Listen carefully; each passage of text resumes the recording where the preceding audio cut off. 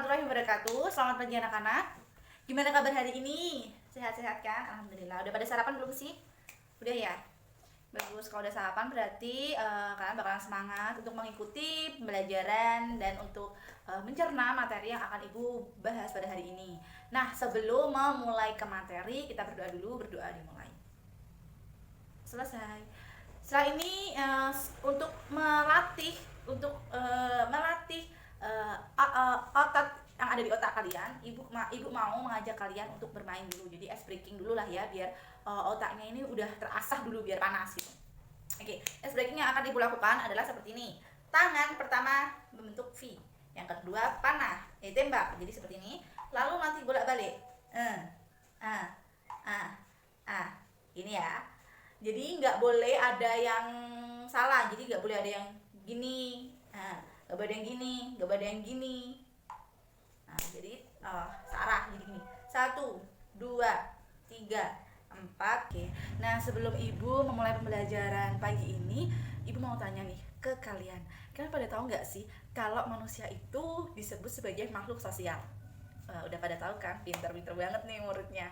Nah, iya. Jadi coba Ibu mau tahu, Najwa, kenapa sih manusia disebut sebagai makhluk sosial? Coba, silahkan Mbak Najwa. Oke, alhamdulillah ya, sudah sedikit mengerti. Tepat sekali. Jadi, manusia disebut sebagai makhluk sosial karena manusia itu tidak dapat hidup sendiri. Jadi, manusia itu akan terus berketergantungan kepada orang lain atau membutuhkan bantuan dari orang lain.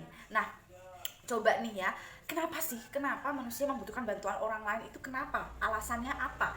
Coba Ibu mau tahu. Mbak Tata coba, yang dari tadi di depan seperti memperhatikan Ibu. Silahkan Mbak Tata. Ya, betul sekali ya. Jadi, manusia membutuhkan bantuan orang lain itu untuk memenuhi kebutuhan hidupnya. Kebutuhan hidup manusia itu beragam sekali, sangat banyak. Manusia memiliki banyak sekali kebutuhan hidup. Coba Ibu mau tanya Mas Brian, apa saja sih kebutuhan hidup manusia itu? Ayo Mas Brian coba. Sudah cukup benar, tapi kurang tepat. Mungkin ada yang mau membantu Mas Brian menjawab? Coba Mas Rizky, saya mau tahu. Hampir, benar, hampir. Ada lagi yang mau menambahi? Coba Mbak Prisil. Nah, ini baru tepatnya. Kebutuhan hidup manusia itu berupa kebutuhan akan makan, pakaian, dan juga tempat tinggal yang biasa kita sebut sebagai sandang, pangan, dan juga papan. Oke, jadi manusia itu diciptakan dengan Tuhan oleh keunikan yang beragam. Keunikannya misalkan Mas Bagus pintar masak, terus Mbak Angel pintar menjahit.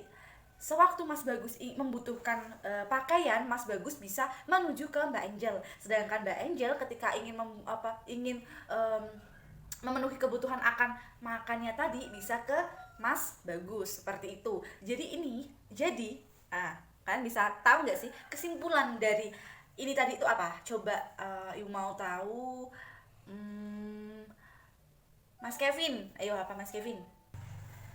Iya kan Mas Kevin, jadi nggak paham karena dari tadi ngobrol terus sama Mbak Siska. Aduh, jangan-jangan ada apa-apa nih. Oke, jadi Ibu akan langsung menjelaskan ya. Jadi karena saling berhubungan ini tadi antara kedua belah pihak tadi, antara individu dengan individu tadi, manusia itu akan sering melakukan perbincangan satu sama lain. Nah, perbincangan inilah yang disebut sebagai interaksi sosial. Jadi interaksi sosial tadi berasal dari adanya individu dengan individu yang saling berkaitan dan berhubungan satu sama lain. Nah, ada yang masih bingung nggak sih apa itu interaksi sosial? Oke, coba Mbak siapa itu namanya ya? Lupa Ibu. Mbak Sabrina, ya apa? Iya, benar sekali ya. Jadi interaksi sosial itu dapat diartikan sebagai hubungan timbal balik antar individu dengan individu lainnya, atau juga bisa individu dengan kelompok atau kelompok dengan kelompok. Nah, untuk terjadinya interaksi sosial ini ada syarat-syaratnya loh. Jadi nggak langsung terjadi aja gitu interaksi sosial. Jadi ada syarat-syaratnya. Interaksi sosial itu bisa terjadi. Coba Ibu mau tahu pengetahuan kalian itu seluas apa sih? Apa syarat-syarat dari terbentuknya interaksi sosial atau terjadinya interaksi sosial? Coba Ibu mau oh itu Mbak Priscilia. Tadi Mbak Prisil, sekarang Mbak Prisilia, namanya hampir sama, Ibu jadi lupa nanti.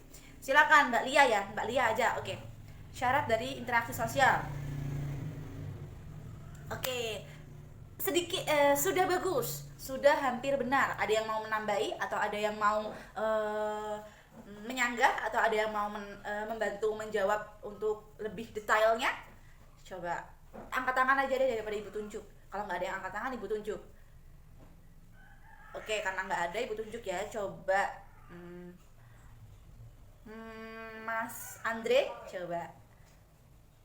Oke, bagus. Jadi, syarat-syarat dari terjadinya interaksi sosial itu, yang pertama, kontak sosial. Harus ada kontak sosial. Contohnya, saat kita melambaikan tangan seperti ini, dalam posisi kejauhan, mungkin siapa tadi Mas Lambang di sana, Ibu di sini. Nah, Ibu melambaikan tangan nih ke Mas Lambang. Nah, berarti Ibu melakukan kontak sosial. Nah, ini harus ada nih di syarat interaksi sosial nih, kontak sosial.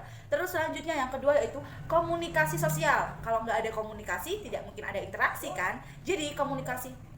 Nah, yang kedua tadi kan komunikasi sosial. Untuk contoh dari komunikasi sosial itu sendiri adalah apabila kita sedang berada di posisi kita sedang berbicara, pasti kita akan menatap orang yang kita ajak bicara. Lalu kita akan mengekspresikan ketika mungkin lawan bicara kita mengatakan hal sedih. Nah, kita akan mengikuti raut wajah dengan sedih. Oh iya, seperti itu. Iya, ikut prihatin atau ikut berantusias. Nah, ini dia ekspresi wajah kita itu sebagai tanda bahwa kita menanggapi si lawan bicara kita. Nah, itu tadi itu akan mengeluarkan ekspresi wajah sebagai tanda kita menanggapi lawan bicara kita. Ini dimaksud sebagai komunikasi sosial. Selanjutnya yang terakhir, Ibu mau tanya tentang ciri-ciri interaksi sosial. Pasti dong ada ciri-cirinya. Adanya interaksi, pasti ada ciri-ciri dari interaksi tersebut. Coba Ibu mau tanya ke Mbak Vena, coba apa sih ciri-ciri dari interaksi sosial tadi? Nah, benar sekali. Jadi yang pertama, jumlah pelaku itu harus 2 atau lebih dari 1 orang. Nggak mungkin kan namanya interaksi tapi terjadi antara 1 orang. Mau interaksi sama siapa dia? Orang gila atau apa? Oke, yang kedua apa? Ayo, komunikasi menggunakan simbol atau lambang. Yang ketiga apa? Dimensi waktu, masa lalu, masa kini, dan masa depan. Yang keempat apa? Ayo, apa? Memiliki tujuan yang hendak dicapai. Oke, itu tadi ciri-ciri dari interaksi sosial. Alhamdulillah kalian sudah sedikit memahami tentang materi pada hari ini, yaitu lembaga interaksi sosial. Mungkin materi hari ini cukup di sini dulu. Terima kasih sudah berpartisipasi dengan baik. Kelasnya juga sangat tekun dan rapi. Untuk pembelajaran pada hari ini Ibu tutup. Wassalamualaikum warahmatullahi wabarakatuh.